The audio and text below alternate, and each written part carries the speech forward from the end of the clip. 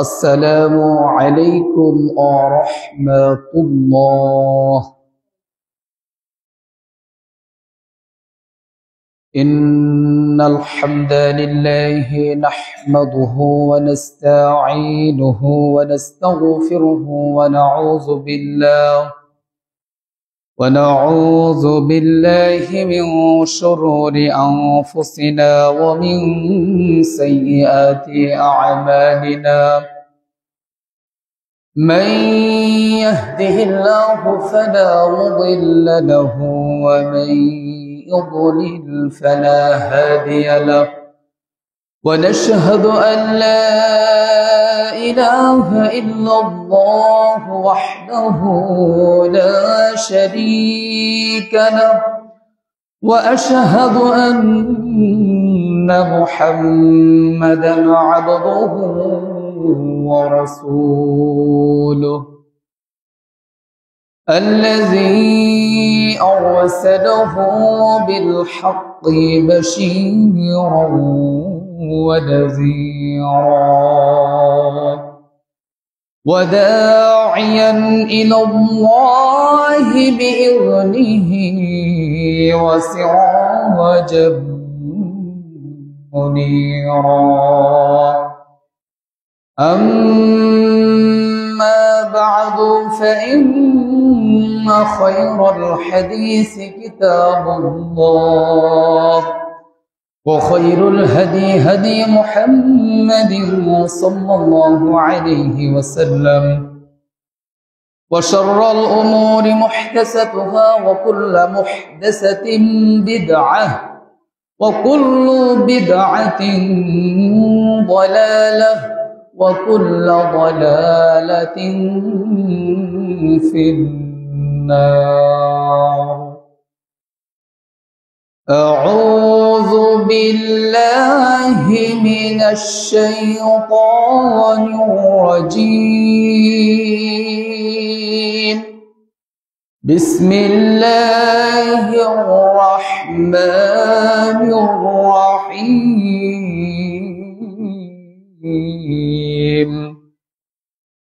وإن خفتم ألا تقسطوا في اليتامى فانكحوا ما طاب لكم من النساء مثنى وثلاث ورباع، فإن خفتم ألا تعدلوا فواحدة أو ما ملكت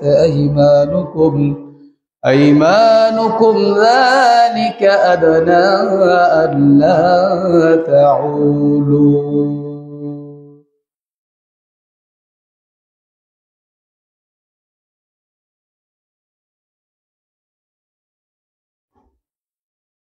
إن الحمد لله وحده، والصلاة والسلام على من لا نبي بعده، أما بعد، فأعوذ بالله من الشيطان الرجيم. بسم الله الرحمن الرحيم.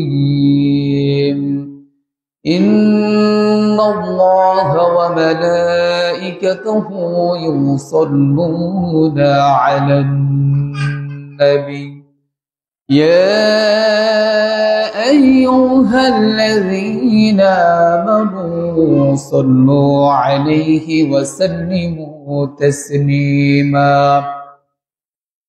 اللهم صل وسلم على نبينا محمد صلى الله عليه وسلم।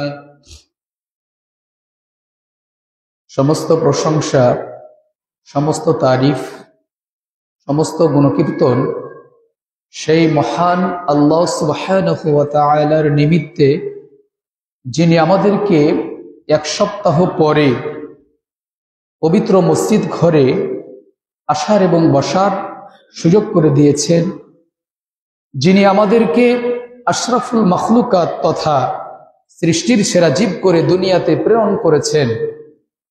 যে মহান রব দয়া করে মায়া করে যার অশেষ কৃপায় আমরা বেঁচে আছি, যার অশেষ দয়ায় আল্লাহ সুবহানাহু ওয়া তাআলা আমাদেরকে সুস্থ রেখেছেন, সেই মহামনিবের দরবারে অন্তরের অন্তরস্থল থেকে, অন্তরের গহীন তলদেশ থেকে সমস্বরে শুকরিয়া জ্ঞাপন করি, সবাই করি আলহামদুলিল্লাহ। অতঃপর সর্বযুগের, সর্বকালের সর্বশ্রেষ্ঠ মহামানব, মহান নেতা, সাইয়্যিদুল মুরসালিন, ইমামুল মুরসালিন, খাতামুন নবিয়্যিন, সেই মহান নেতার প্রতি অসংখ্য অগণিত দুরূদ ও সালাম, শান্তির ধারা বর্ষিত হোক, যার আদর্শ বাস্তবায়ন করা প্রতিটি মুসলমানের ঈমানি দায়িত্ব। সেই মহান নেতার প্রতি সংক্ষিপ্তভাবে দুরূদ পেশ করি, সবাই পড়ি সাল্লাল্লাহু আলাইহি ওয়াসাল্লাম। পেয়ারা হাজিরিন, আমি আপনাদের সম্মুখে কুরআনুল কারীমের সূরা নিসা একটি আয়াত তেলাওয়াত করেছি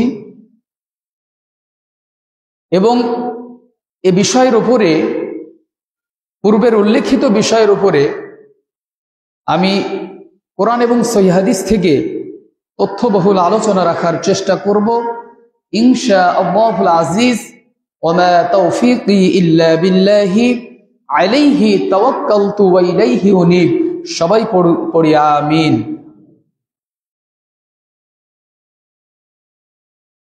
বিসমিল্লাহির রহমানির রহিম।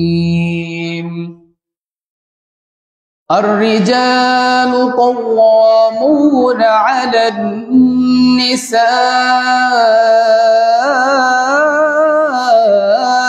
بما فضل الله بعضهم على بعض وبما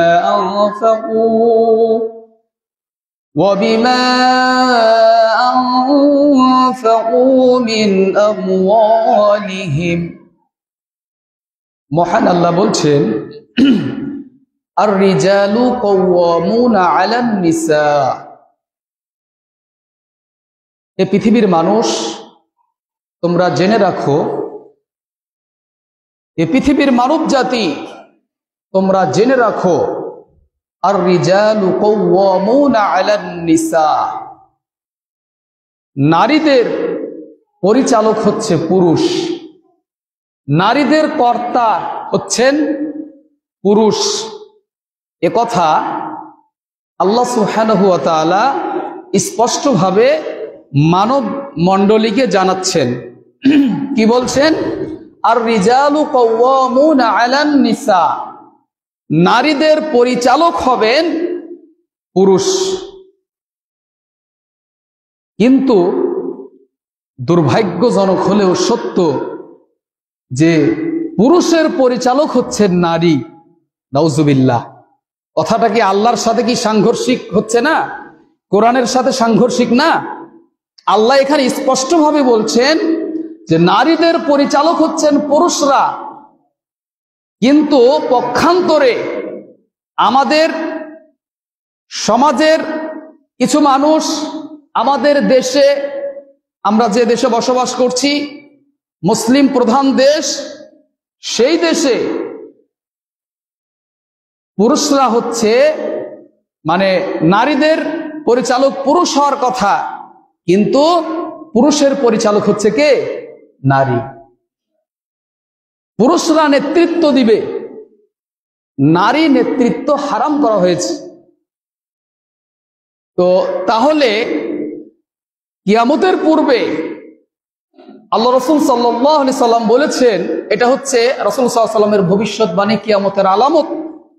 তিনি বলেছেন, একজন নারী হবে 50 জন পুরুষকে সে মানে পরিচালনা করবে। নাউজুবিল্লাহ। এটা কিয়ামতের আলামত। বর্তমানে সেটাই শুরু হয়ে গেছে। কারণ নারীদের ইমামতি করবে কে? পুরুষ। আমরা পুরুষের ইমামতি করবে পুরুষ, নারীদের ইমামতি করবে কে? নারী। নারীদের ইমামতি নারী করতে পারবে না, কারণ নারীকে নেতৃত্ব দেওয়ার ক্ষমতা আল্লাহ তাআলা দেননি। আমি আপনি যদি জোর করে দিই সেটার দায়ভার আপনি বহন করবেন, যারা দিবে তারা বহন করবে। এখানে আমার কিচ্ছু করার নাই, কোরআন এবং সহিহ হাদিস সে কথাই বলছি। সম্মানিত উপস্থিতি, কিন্তু কিয়ামতের পূর্বে এটা হচ্ছে কিয়ামতের আলামত যে নারীরা পুরুষকে পরিচালনা করবে। এটাই হচ্ছে সমাজের বাস্তবতা। কি আমি কথা কি বানিয়ে বলছি না সত্য কথা বলছি বলেন তো? হচ্ছে না আমাদের সমাজে? সম্মানিত হাজিরিন, তাহলে নারীদের অভিভাবক হচ্ছেন পুরুষ, কর্তা হচ্ছেন পুরুষ, পরিচালক হচ্ছেন পুরুষ। তাহলে নারীদের ইমামতি করতে পারবে না, নারীদের ইমামতি করবে পুরুষ। অতএব আমাদেরকে অবশ্যই এখান থেকে নারী নেতৃত্ব থেকে বের হয়ে আসার চেষ্টা করতে হবে। আমি শুধু আয়াতের আলোকে কথাটা বললাম। আল্লাহ বলছেন, আর রিজালু কাওয়ামুনা আলান নিসাই বিমা ফাদ্দালাল্লাহ বা'দাহুম আলা বা'দিন ওয়া বিমা আনফাকু। তাহলে আল্লাহ তাআলা নারী এবং পুরুষ একে অপরের প্রতি অধিকার আছে। নারীদের অধিকার যেমন পুরুষের প্রতি আছে, পুরুষের অধিকার নারীদের প্রতি আছে, এটা উভয়ের প্রতি আছে। আল্লাহ তাআলা উভয়ের প্রতি শ্রেষ্ঠত্ব দান করেছেন, বলেন সুবহানাল্লাহ। শ্রেষ্ঠত্ব দান করেছেন, কিন্তু নারীদেরকে পরিচালনা করবে কে? পুরুষ জাতি। হচ্ছে না। সম্মানিত হাজিরিন, একটু দেখেন তো, মাঝে মধ্যে লাইন ছেড়ে দিচ্ছি। যাই হোক, সম্মানিত উপস্থিতি, আমাদের সকলের মনের চাওয়া, মনের আকুতি যে আমরা যাকে বিবাহ করব তিনি হতে হবেন সুন্দরী, তিনি হবেন রূপবতী, তিনি হবেন মায়াবতী, তিনি হবেন প্রেমময়ী, তিনি হবেন স্বামী ভক্ত, স্বামীর প্রতি আনুগত্যশীল, স্বামীর প্রতি অনুগত। এরকম মেয়ে আমরা সবাই চাই। কিন্তু যুবক, আমি তোমাকেই বলছি, তোমাকেও ভালো হতে হবে। তুমি গিয়ে যে পার্কে গিয়ে অন্য নারীর সাথে ফুর্তি লুটতেছো, আর তুমি বলছো আমি আয়েশার মতো একজন মেয়ে খুঁজতেছি। তোমার চরিত্র আগে ঠিক করো, নিজের চরিত্র ঠিক করো, নিজে আগে ভালো হও। ভালো পুরুষ হয়ে ভালো নারী তালাশ করো। ভালো নারী পেতে হলে ভালো পুরুষ হতে হবে, ভালো নারী পেতে হলে ভালো পুরুষ হতে হবে। তুমি নিজে খারাপ ভণ্ডামি করে বেড়াও, আর তুমি বলছো যে আমি একজন সুন্দরী সতীসাধী নারী চাই। তোমার চরিত্রের দিকে খেয়াল করেছো? তোমার চরিত্র নিচে নামতে নামতে একবারে অতল গহ্বরে নেমে গেছে, তোমার হুঁশ হয় না, খেয়াল নাই। আর তুমি একজন ভালো রূপবতী, মায়াবতী, আনুগত্যশীল, স্বামী ভক্ত একজন নারী তুমি চাচ্ছ। যুবক, তোমাকেই বলছি, তোমাকে আগে ভালো হতে হবে। যারা গার্জেন আছেন, আপনার ছেলের জন্য পাত্রী খুঁজছেন, কিন্তু আপনার ছেলের চরিত্রের দিকে খেয়াল করেন। আপনার ছেলে নামাজ পড়ে কিনা, আপনার ছেলে কোথায় যায়, কোথায় আড্ডা দেয়, কার সাথে চ্যাটিং করে, আপনার ছেলের চরিত্র কেমন, এটার প্রতি অবশ্যই আপনাকে পিতা হিসেবে অবশ্যই আপনাকে নজর দিতে হবে। কারণ একজন পিতামাতার সবচাইতে গুরুত্বপূর্ণ দায়িত্ব, ফরজ দায়িত্ব হচ্ছে একজন ছেলের বিবাহ দেওয়া। এটা বাপ মার প্রতি বড় একটা দায়িত্ব। তাকে মানুষের মতো মানুষ করা, এটা পিতামাতার উপর দায়িত্ব। তো এই দায়িত্ব শেষ করার পরে সেই ছেলে যদি আলাদা হয়ে যায় কোনো সমস্যা নাই, বাপমার দায়িত্ব শেষ। কথা বুঝেননি? বাপমার দায়িত্ব শেষ, বিয়ে দিয়ে দিয়েছে, দায়িত্ব শেষ। সে কিভাবে তার সংসার পরিচালনা করবে, সে তার বাকি জীবনটা কিভাবে গড়বে, সেটা তার উপর দায়িত্ব। কিন্তু বাপমার দায়িত্ব হচ্ছে তাকে সুন্দরভাবে তার বিয়ে পরিচালনা করা। সম্মানিত হাজিরিন, তাহলে অবশ্যই ভালো পেতে হলে নিজে ভালো মানুষ হতে হবে। যদি ভালো মানুষ হতে না পারি, আপনার ভালো চাওয়া এটা আপনার জন্য বোকামি। কারণ আপনার নিজের চরিত্রের ঠিক নাই, আপনি নিজেকে কন্ট্রোল করতে পারেন না, হেফাজত করতে পারেননি, আর আপনি ভালো খুঁজছেন। সম্মানিত হাজিরিন, পরের আরেকটি আয়াতে আল্লাহ সুবহানাহু ওয়া তাআলা বলছেন, ফাসসালিহাতু ক্বানিতাতুন হাফিজাতুল লিল গায়বি বিমা হাফিজাল্লাহ। সুতরাং তোমরা যদি সতীসাধী নারী হচ্ছে তারা যারা একান্ত অনুগত হয়, স্বামী ভক্ত হয়, যে নিজেকে হেফাজত করে। হাফিজাতুল লিল গায়বি বিমা হাফিজাল্লাহ, লোকচক্ষুর অন্তরালে মানুষের জনসমাগমকে উপেক্ষা করে লোকচক্ষুর অন্তরালে নিজেকে হেফাজত করে, নিজের চরিত্রকে হেফাজত করে, নিজের সতীত্বকে হেফাজত করে, এমন নারী যদি তোমরা পেতে চাও তাহলে নিজে সৎ চরিত্রবান হও, নিজের চরিত্রটা ঠিক করো, নিজে ভালো মানুষ হও, নিজে একজন সুপুরুষ হও, কাপুরুষ হয়েও না। নিজে কাপুরুষ হয়ে ভালো সতীসাধী নারীর আশা করাটা তোমার জন্য একেবারে বোকামি। সম্মানিত হাজিরিন, এজন্য অবশ্যই আমাদের ভালো চরিত্রবান হওয়াটা খুবই গুরুত্বপূর্ণ।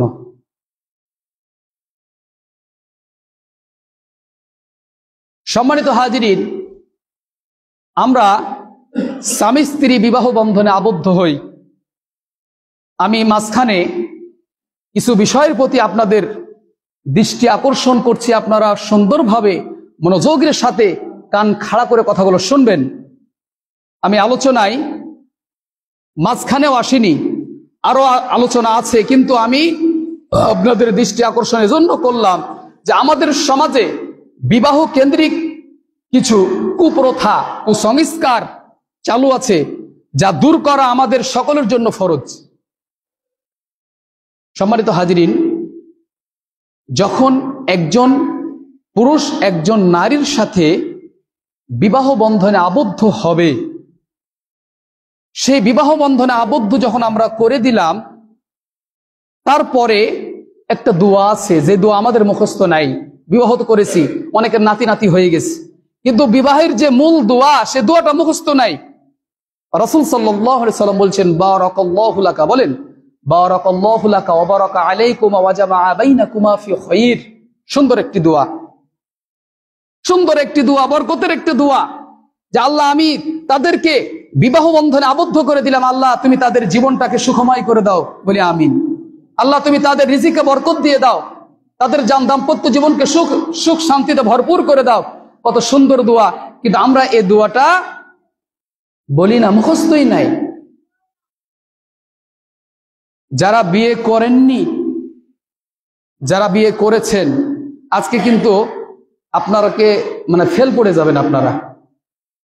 একটি দোয়া আমি বলবো, অনেকেই বিয়ে করেছে, লাতিন হয়ে গেছে, পোতাপুতি হয়ে গেছে, কিন্তু আপনার স্ত্রীর কাছে যাওয়ার দোয়া আপনি জানেন না। দুর্ভাগ্যজনক হলেও সত্য, আছে মুখস্থ। এখন যদি ধরি হাতে করা দুই একজন হয়তো পারবেন, আশা করি বেশিরভাগই ফেল পড়ে যাবেন। স্ত্রীর কাছে যাওয়ার দোয়া কি? দোয়া নাই মনে করছেন? আপনি একটা ভালো উত্তম কাজ, নেকির কাজে যাচ্ছেন, আপনি সেখানে যাওয়ার দোয়া জানেন না? তাহলে বিয়ে করেছেন যারা, তারা তো একদিন কি করলেন, আর যারা করেননি তারা 24 ঘন্টার মধ্যে এই দোয়া মুখস্থ করবেন।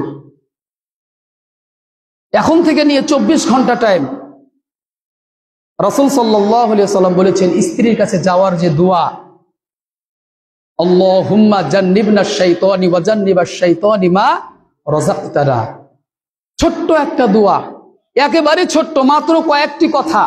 এই দোয়া আমাদের মুখস্থ নাই, অথচ আমরা আজ থেকে 15-20 বছর আগে বিয়ে করেছি, কেউ 30 বছর আগে বিয়ে করেছি, 40 বছর আগে বিয়ে করেছি, দাড়ি পেকে সাদা হয়ে গেছে, কিন্তু স্ত্রীর কাছে যাওয়ার দোয়াটাই জানে না। তাহলে তো ফেল করেছেন। সম্মানিত হয়, শয়তান সব জায়গায় আপনাকে ধোঁকা দিবে, সব জায়গায় আপনাকে ধোঁকা দিবে। এজন্য শয়তানের কুমন্ত্রণা থেকে নিজেকে বাঁচার জন্য, নিজেকে হেফাজত করার জন্য আপনি আপনার স্ত্রীর কাছে যাবেন, যেটাকে আপনি বিবাহ করেছেন মোহর দিয়ে, আপনার জন্য হালাল, আপনি তার কাছে যাবেন। আপনি দোয়া বলবেন না, কিন্তু প্রথমে বিসমিল্লাহ বলতে হবে। বিসমিল্লাহ, আল্লাহুম্মা জান্নিবনা শাইতানি ওয়া জান্নিবাশ শাইতানি মা রাযাকতানা, এই দোয়া পড়ে যাবেন। যদি মুখস্থ না থাকে, কোথাও না পান, আমার কাছে শুনে মুখস্থ করে নেবেন, কিন্তু এই দোয়া পড়তেই হবে। দোয়া অনেকেই মুখস্থ আছে কিন্তু জায়গা মতো বলতে পারে না। আছে না, এটা হচ্ছে তাকওয়ার খেলাফ। আপনি বাথরুমে ঢোকার দোয়া জানেন, কিন্তু ওই মুহূর্তে মনে আসে না, মানে শয়তান আপনাকে গ্রাস করে আছে। তাহলে এই যে দোয়া জেনেও ভুলে যাওয়া, ভাত খাওয়ার শুরুতে বিসমিল্লাহ, কিন্তু আপনি জানেন কিন্তু মনে আসে না, মনে থাকে না, তার মানে শয়তান আপনাকে গ্রাস করে আছে, শয়তান আপনাকে ভুলিয়ে দিয়েছে। এটা হচ্ছে আল্লাহকে ভয় না করার পরিণাম, যে আপনার দোয়া মানে দোয়ার মুহূর্তে আপনার দোয়া খেয়াল থাকে না, মনে থাকে না। এটা হচ্ছে তাকওয়ার খেলাফ, মানে আল্লাহর প্রতি ভরসা ভয় নাই, যার কারণে দুনিয়ার প্রতি আপনি আসক্ত। আমরা অশ্লীলতা বেহায়াপনা দেখে দেখে আমাদের অন্তরটা মরে গেছে, আমাদের অন্তর মরে গেছে। আর অন্তর মরে গেলেই আপনার এই দোয়াগুলা ঠিক কাজের সময় মনে আসবে না, যদি আপনার অন্তর মরে যায়। আপনি আসরের নামাজ পড়ে চায়ের স্টলে বসেন কেন? ওখানে উলঙ্গ মেয়ে ড্যান্স দিচ্ছে, আপনি বসেন কেন? ওখানে ছবি হচ্ছে, উলঙ্গ ড্যান্স হচ্ছে, আপনি ওখানে বসেন কেন? আপনি না মুসলমানের সন্তান? আপনার শরীরে মুসলমানের রক্ত বইছে, আপনার মাথায় মুখে দাঁড়িয়ে আছে, আপনি কেন উলঙ্গ ড্যান্স দেখেন? আপনি নামাজ পড়ে গেছেন, আপনি সেখানে গীবত হচ্ছে, আপনি ওখানে থাকবেন কেন? কাজ সেরে দ্রুত চলে আসবেন। কিন্তু আমরা ঘন্টার পর ঘন্টা, ঘন্টার পর ঘন্টা সেখানে থাকি, এটা ঠিক নয়। রাসূল সাল্লাল্লাহু আলাইহি ওয়াসাল্লাম বলেছেন, সবচাইতে পৃথিবীর মধ্যে উৎকৃষ্ট জায়গা হচ্ছে মসজিদ, সবচাইতে নিকৃষ্ট জায়গা হচ্ছে বাজার। বাজারে গিয়ে বেশিক্ষণ থাকবেন না, এই অভ্যাস ত্যাগ করতে হবে আমাদের। কিন্তু বাজারে যান, বাজারে যাওয়ার দোয়া আছে, গুরুত্বপূর্ণ একটি দোয়া, সে দোয়া তো আমরা পড়ি না। সম্মানিত হাজিরিন, তাহলে বিবাহ কেন্দ্রিক আমাদের সমাজে যে কুসংস্কার চালু আছে, এই বিষয়ে আমি কথা বলছিলাম। যাই হোক, আমরা দোয়াগুলো মুখস্থ করে নিব। আমরা যখন পাকাপুক্ত, কথাবার্তা সব ঠিক, অমুক দিন বিয়ে হবে, তো বিয়ে হবে আগামী শুক্রবার, কিন্তু তার 5 দিন আগে এমন ভাবে বাড়িকে সাজান, আপনি সাজান, অসুবিধা না, আপনার একটাই মেয়ে, আপনি খুব আদরের মেয়ে, আপনি একটু ধুমধাম করবেন, করেন, মেয়েকে সাজান, করেন, সবই করেন, কিন্তু আপনি মুসলমানের সন্তান, আপনি 5 ওয়াক্ত সালাত পড়েন, আপনার মেয়ের বিবাহ হচ্ছে, আর আপনি বাড়িতে আজ 5 দিন থেকে গান বাজনা হচ্ছে, সারা রাত পাশের মানুষ ঘুমাতে পারে না। কি আমি ভুল বলছি? পাশের মানুষ কিছু বলতেও পারে না, কিন্তু আপনি যে 5 দিন আগে থেকে গান বাজাচ্ছেন, গান শোনা কি বলেন তো জায়েজ? কোন মুসলমানের জন্য গান শোনা, গান বাজনা, বাদ্যযন্ত্র স্পষ্ট হারাম। এবং রাসূল সাল্লাল্লাহু আলাইহি সাল্লাম বলেছেন যে আমি যেখানে গান বাজনা হয় সেখানে আমি দ্রুত হেঁটে যাই, না জানি কখন আল্লাহর গজব চলে আসে। মানে আল্লাহর গজব আসার একটি কারণ হলো অশ্লীলতা, একটি কারণ হলো নেশা জাতীয় দ্রব্য পান করা, আর একটি কারণ হলো বাদ্যযন্ত্র, গান বাজনা যেখানে বাজে সেখানে আল্লাহর গজব দ্রুত চলে আসে। এজন্য আপনি বিয়ে দিচ্ছেন, ভালো একটা কাজ, সে ভালো কাজকে, হালাল কাজকে আপনি হারামে পরিণত করছেন। আল্লাহ সুবহানাহু ওয়া তাআলা বলছেন, তোমরা হালালকে হারামের সাথে মিশ্রিত করো না। দুধের মধ্যে মানে 20 দিলে বা 5 কেজি দুধ, 10 কেজি দুধের মধ্যে সামান্য পরিমাণ ওই একই গরুর যদি পেশাব পড়ে যায়, আপনারা কি সেই দুধটা খাবেন?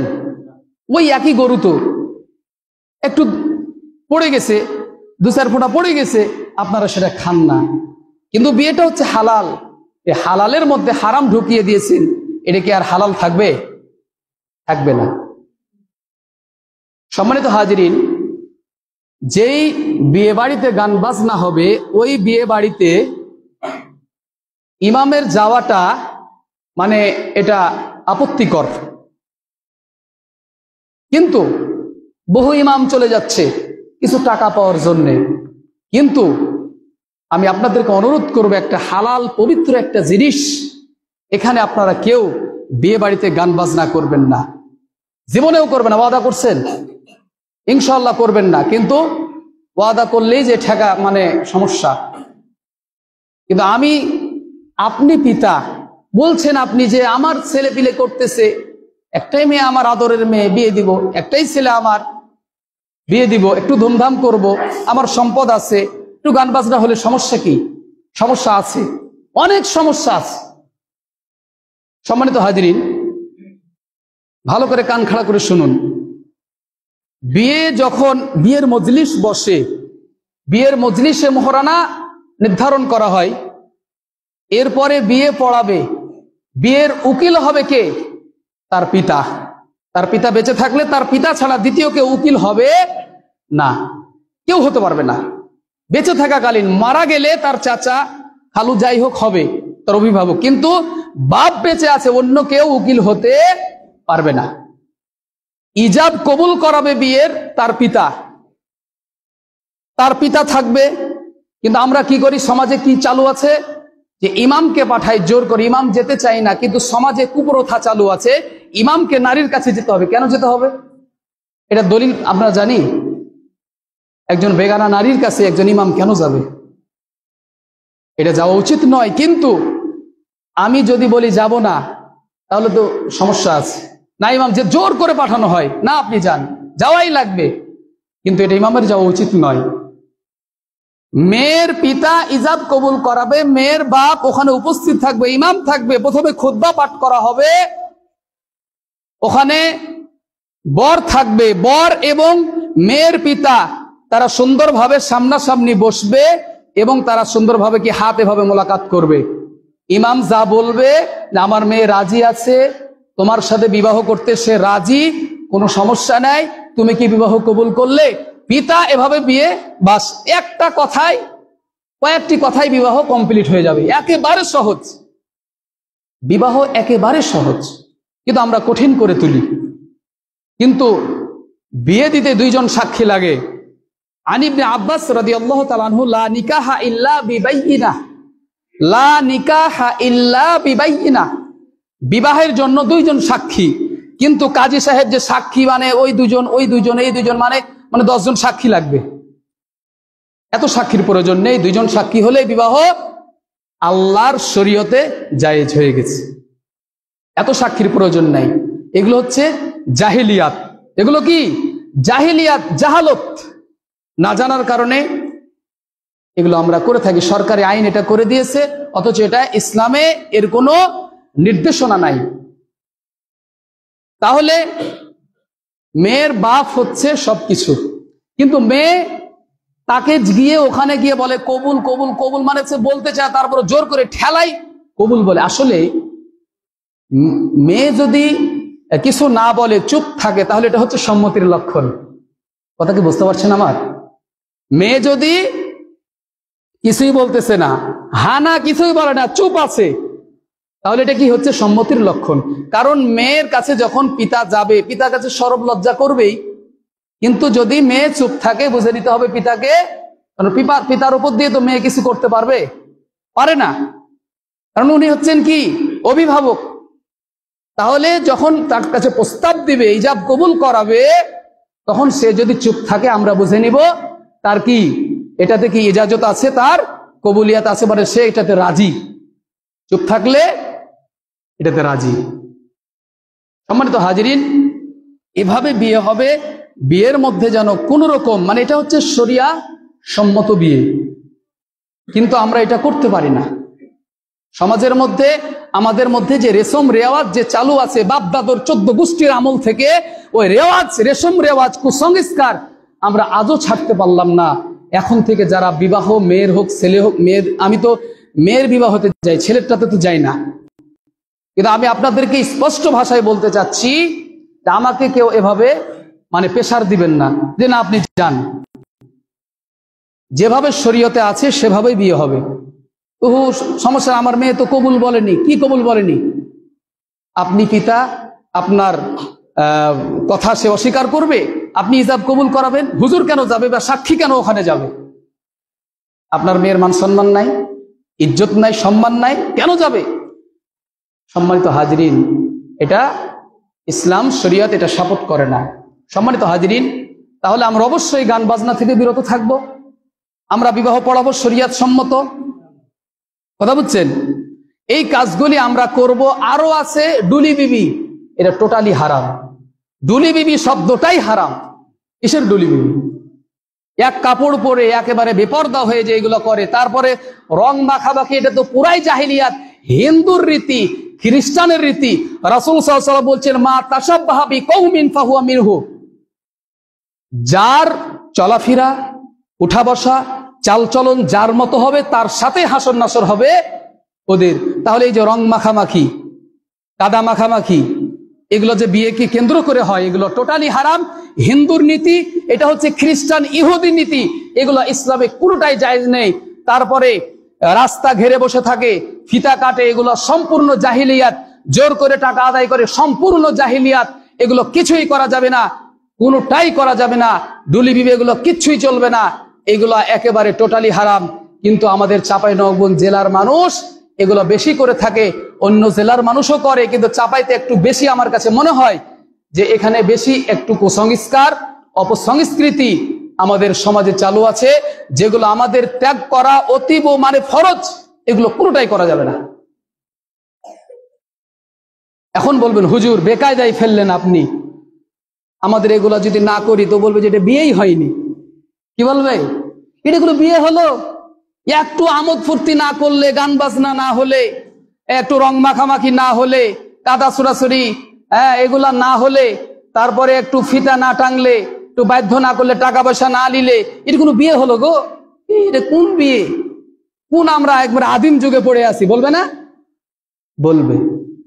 কিন্তু আসলেই এটা শরিয়ত সাপোর্ট করে না। শরিয়ত যেটা সাপোর্ট করেন না, সেটা যদি আপনি করেন, সেটা যার সাথে মিলবে, যে নীতির সাথে মিলবে, ইহুদি, খ্রিস্টান, হিন্দু নীতি, তাদের সাথেই হাসর নাসর হবে। কি অবস্থা হবে কাল কিয়ামতের দিন? জবাব দিবেন আপনি। আমার শুধু পৌঁছানোর দায়িত্ব, আমি বলে দিলাম, আপনি মানলে মানবেন, না মানলে না মানবেন, সেটা দায়িত্ব আপনার। আমি আপনাকে জোর করে মানাতে পারবো না, ওই ক্ষমতা আমার নাই। আমি শাসক নই, আমি সরকার নই যে আপনাকে আমি জোর করে মানাবো। কিন্তু আমার বার্তাটা পৌঁছানোর দায়িত্ব আমি পৌঁছে দিলাম। সম্মানিত হাজিরিন, স্বামী স্ত্রীর মধ্যে আমাদের ঝগড়া বিবাদ হয় না? অনেক সময় হয়ে যায়, কথা কাটাকাটি হয়, বিভিন্নভাবে ঝগড়া বিবাদ হয়ে যায়। কিন্তু কারণ মেয়েরা হচ্ছে বাঁকা হাড্ডির তৈরি, আপনার মধ্য থেকে নারীদেরকে সৃষ্টি করা হয়েছে, তো মেয়েরা একটু বাঁকা হবে, এ কথাই ঠিক। কিন্তু মেয়ে যখন বাঁকা হবে, মেয়েরা জেদ বেশি হবে, রাগী হবে। কি করবেন আপনি? যখন রেগে যাবে, তার সাথে একটু নরম সুরে কথা বলেন, একটু নরম ভাবে কথা বলেন, দেখবেন তার রাগটা কি হয়ে যাবে? পানি হয়ে যাবে। দুইজনই যদি রাগ করে থাকে, তাহলে তো রাশিয়া ইউক্রেন যুদ্ধ শুরু হয়ে যাবে। আর একজন যদি নরম হয়, আর একজন এমনিতেই নরম হয়ে যাবে। কিন্তু আমরা সেটা করি না। এই তোমার চাইতে আমার কি আছে, তোমার বংশের চাইতে আমার বংশ বেশি শক্তিশালী, তোমাকে আমি দেখে নেব, তুমি কি পেয়েছো, তোমাকে আমি বাড়িতে রাখবো না, এই করবো না, সেই করবো না, এমন ভাবে হুমকি ধামকি দেয়। মনে হচ্ছে এগুলো হচ্ছে কি উচিত? কোন পুরুষের এভাবে উচিত নয়। সম্মানিত হাজিরিন, এখানে আমরা অবশ্যই স্বামী স্ত্রীর মধ্যে যদি দ্বন্দ্ব ফাসাদ হয়ে যায়, সেটা কিভাবে শুদ্ধ নয়। এখানে আরেকটি কথা বলি, রাসূল সাল্লাল্লাহু আলাইহি সাল্লামের কাছে এক ব্যক্তি এসে বলছে, ইয়া রাসূলুল্লাহ, আমার স্ত্রী আমার কথা শুনে না। কি শুনে না? আমার কথা শুনে না, আমার অবাধ্য। আমি যদি বলি ডানে যেতে, সে যায় বাঁয়ে, আমি যদি বলি 100, সে বলে 135, মানে আমার উল্টা চলে। তো কি করব? তখন রাসূল সাল্লাল্লাহু আলাইহি ওয়াসাল্লাম বলছে, তোমার স্ত্রীকে তালাক দিতে হবে। তাহলে যদি কথা নাই শুনে, যদি লাইনে নাই আসে, তাহলে তাকে তালাক দাও। তখন ব্যক্তিটি আবার ঘুরে যাচ্ছে, যাওয়ার পরে কিছুক্ষণ যাওয়ার পরে আবার ফিরে এসেছে, এসে বলছে, ইয়া রাসূলুল্লাহ, আমার যে একটা সন্তান আছে, তার কি হবে? বলছে, ও তাই তো, ঠিক আছে, তাকে তালাক দিও না, তাকে বুঝাও। তাকে কি বুঝাও? তাকে শুধরানোর চেষ্টা করো, সংশোধনের চেষ্টা করো, তার প্রতি একটু নরম হও, কঠোর হয়েও না। সে এমনিতেই লাইনে চলে আসবে। তার সাথে একটু নরম সুরে কথা বলো, হিকমতের সাথে কথা বলো, তাকে তালাক দিও না। কারণ ওই সন্তান আছে, ওই সন্তান এতিম হয়ে যাবে। তুমি তো আর একটা মেয়ে নিয়ে আসবে, সে যে ভালো হবে কোনো গ্যারান্টি আছে? তুমি আর একটা মেয়েকে নিয়ে আসবে, সে যে আয়েশা হবে, খাদিজা হবে, এর কোনো গ্যারান্টি আছে? সে তো আরো নাগিন হতে পারে, নাকি আপনার 12টা বাজিয়ে ছাড়বে।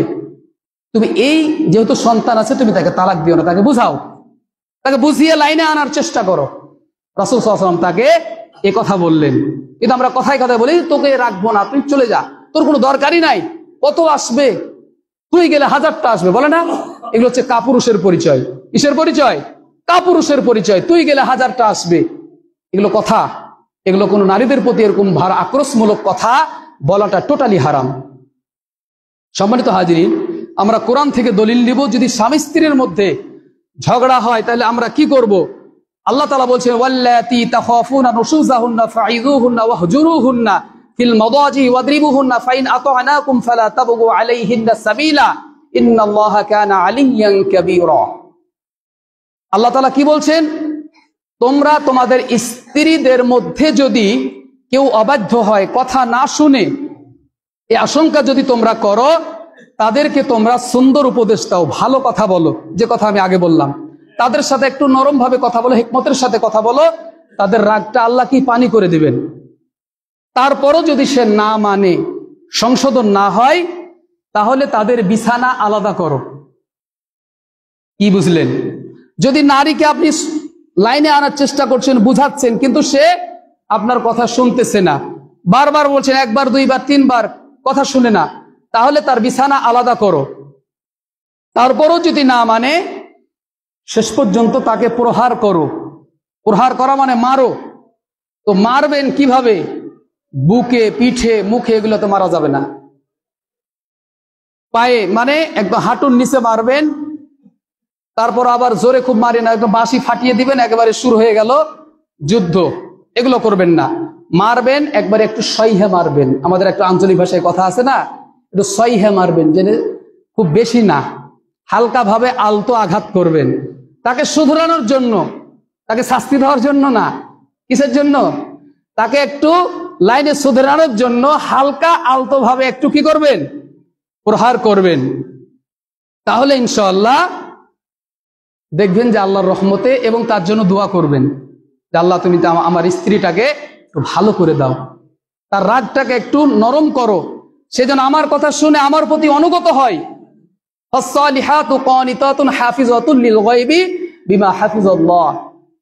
যেন সে স্বামী ভক্ত হয়, এরকম যেন হয়, আল্লাহ তুমি তাকে ই করো। এরপরে দেখবেন যে আস্তে আস্তে আপনার আর বিরুদ্ধে যাবে না, আপনার উপর নালিশ, কোনো অভিযোগ তার থাকবে না।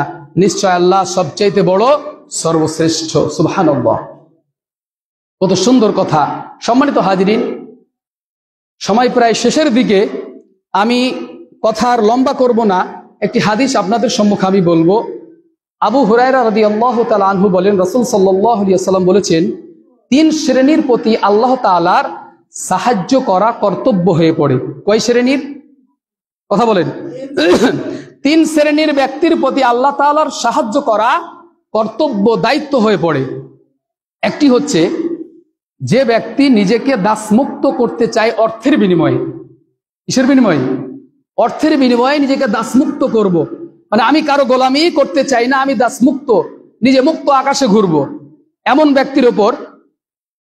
তারপরে 2 নাম্বার হচ্ছে যেই লোক বিবাহ করে নিজেকে হেফাজত করার জন্য। সুবহানাল্লাহ।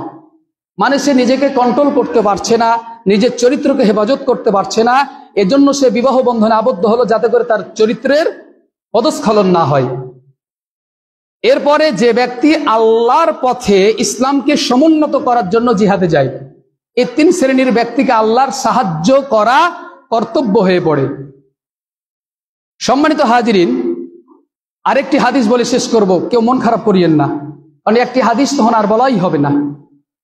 عن أبي هريرة رضي الله تعالى عنه قال قيل رسول الله صلى الله عليه وسلم, আবু হুরায়রা রাদিয়াল্লাহু তাআলা আনহু বলেন, রাসূল সাল্লাল্লাহু আলাইহি ওয়াসাল্লাম বলেছেন, রাসূল সাল্লাল্লাহু আলাইহি ওয়াসাল্লামকে জিজ্ঞেস করা হলো, আইয়ুন নিসাই খায়র, হে আল্লাহর রাসূল, সবচেয়ে ভালো নারী কে? আইয়ুন নিসাই খায়র, খায়র মানে উত্তম, ভালো, সবচেয়ে ভালো নারী কে? রাসূল সাল্লাল্লাহু আলাইহি ওয়াসাল্লাম বলছেন, এমন স্ত্রী যার দিকে তাকালে স্বামী আনন্দ পায়। সুবহানাল্লাহ। যে স্ত্রীর দিকে তাকালে স্বামী আনন্দ পায়, মানে সে সবসময় হাসি মুখে থাকে, সে স্বামীকে তার মানে চেহারা, তার রূপ দিয়ে, তার মনের চাহনি দিয়ে, সব কিছু দিয়ে স্বামীকে কি করে? সন্তুষ্ট রাখার চেষ্টা করে, মানে স্বামীর প্রতি পুরোপুরি আনুগত্যশীল, অনুগত, এমন নারী যে নারীর দিকে তাকালে কি হয়, স্বামী আনন্দ পায়। যে স্বামী যা আদেশ করে সেই নারী যথাযথভাবে পালন করে এবং স্বামীর বিরুদ্ধচারণ করে না, এমন স্ত্রী পাওয়া কিন্তু অনেক সৌভাগ্যের, তাই না? এমন স্ত্রী পাওয়া অনেক সৌভাগ্যের। বর্তমান প্রেক্ষাপটে এমন একজন সতীসাধী নারী যে স্বামীর প্রতি আনুগত্য, পুরোপুরি আনুগত্যশীল, স্বামীর কথা শুনে স্বামীর বিরুদ্ধচারণ করে না, স্বামীর কথা অন্যের সামনে লাগিয়ে, এটা চরম পাপ। যে ব্যক্তি নিজের গোপন কথা, স্বামীর কথা অন্য নারীর সামনে, অন্য পুরুষের সামনে আলাপ করে, এটা হচ্ছে চরম জাহেলিয়াত, চরম মূর্খতা, অনেক বড় পাপ, কাবিরা গুনাহ। তার স্থান হবে জাহান্নামে। কারণ তার স্বামীর কথা যদিও খারাপ হয়, এটা বলা যাবে না। নিজের গোপন কথা, স্ত্রীর হোক স্বামীর হোক, অন্যের সামনে নিজের গোপনীয় কথা কি হয় না হয় সবকিছু অনেকে বলে না, এটা পুরোপুরি মূর্খতা, পুরোপুরি জাহালত। নিজের কথা মানুষের সামনে বলা। আল্লাহ তাআলা যেন আমরা যারা বিয়ে হয়নি, আল্লাহ তাআলা যেন এমন সতীসাধী নারী আল্লাহ আমাদের কপালে, তকদিরে আল্লাহ তাআলা লিপিবদ্ধ করে দেন, বলি আমিন। আমরা এরকম চাই, কিন্তু নিজে ভালো হতে হবে। আমি বলেছি, যারা পরে আসছেন তারা হয়তো শুনেননি, কিন্তু যারা শুরু থেকে আছেন তারা শুনেছেন। আমি বলেছি যে ভালো স্ত্রী পেতে হলে নিজেকে ভালো হতে হবে, নিজের চরিত্রকে হেফাজত করতে হবে। কোন মেয়ের সাথে প্রেম করা যাবে না। প্রেম তো না, এটা হচ্ছে অবৈধ জেনা। বিয়ের আগে প্রেম হচ্ছে, এটা অবৈধ জেনা, এটা করা যাবে না। আপনি এটা অবৈধ করে আপনি বলছেন যে আমি একজন আয়েশা খাদিজার মতো নারী নিব, এটা পুরোটাই বোকামি। নিজে ভালো হন, নিজে ভালো হতে হবে। আল্লাহ তাআলা আমাদেরকে ভালো পুরুষ হওয়ার তৌফিক দান করুন, আল্লাহুম্মা আমিন। সম্মানিত হাজিরিন, আমি একটি কথা বলে শেষ করব। সামনে আসছে হ্যাপি নিউ ইয়ার, আর কয়েকদিন পরে 24 শেষ, 25 আসবে, কিন্তু আমরা উইশ করি হ্যাপি নিউ ইয়ার, তুমি কেমন আছো, এই সেই। এগুলো পুরাটাই হারাম। কিসের? এই ইংরেজদের দালালি করা আমাদের দূর হবে না। ওদের, আমরা হিজরি নববর্ষ আমরা জানি না কখন আমাদের আরবি মাস শুরু হয়, কিন্তু ইংরেজি আসলে আমাদের মধ্যে যে 12টার আগে রান্না করবে, 12টার পরে খাবে, মানে 24 সালে রান্না করবে, 25 সালে খাবে, পুরাটাই জাহালত। আমাকে একজন বলছে, হুজুর পিকনিক করব, কবে?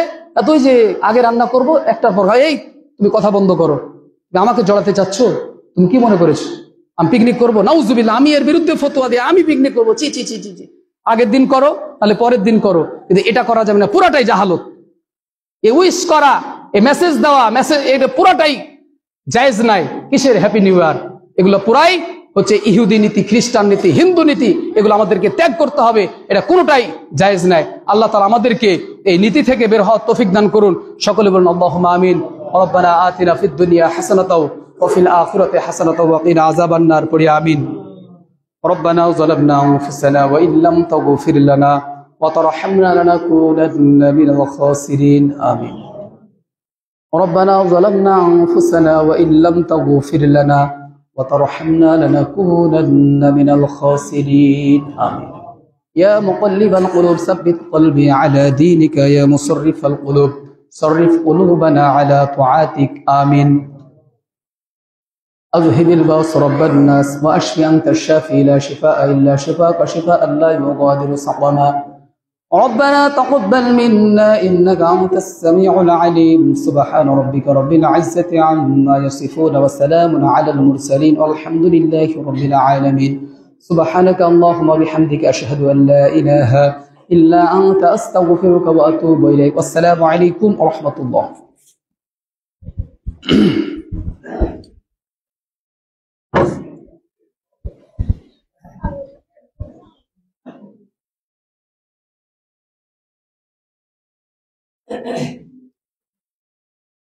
Hey.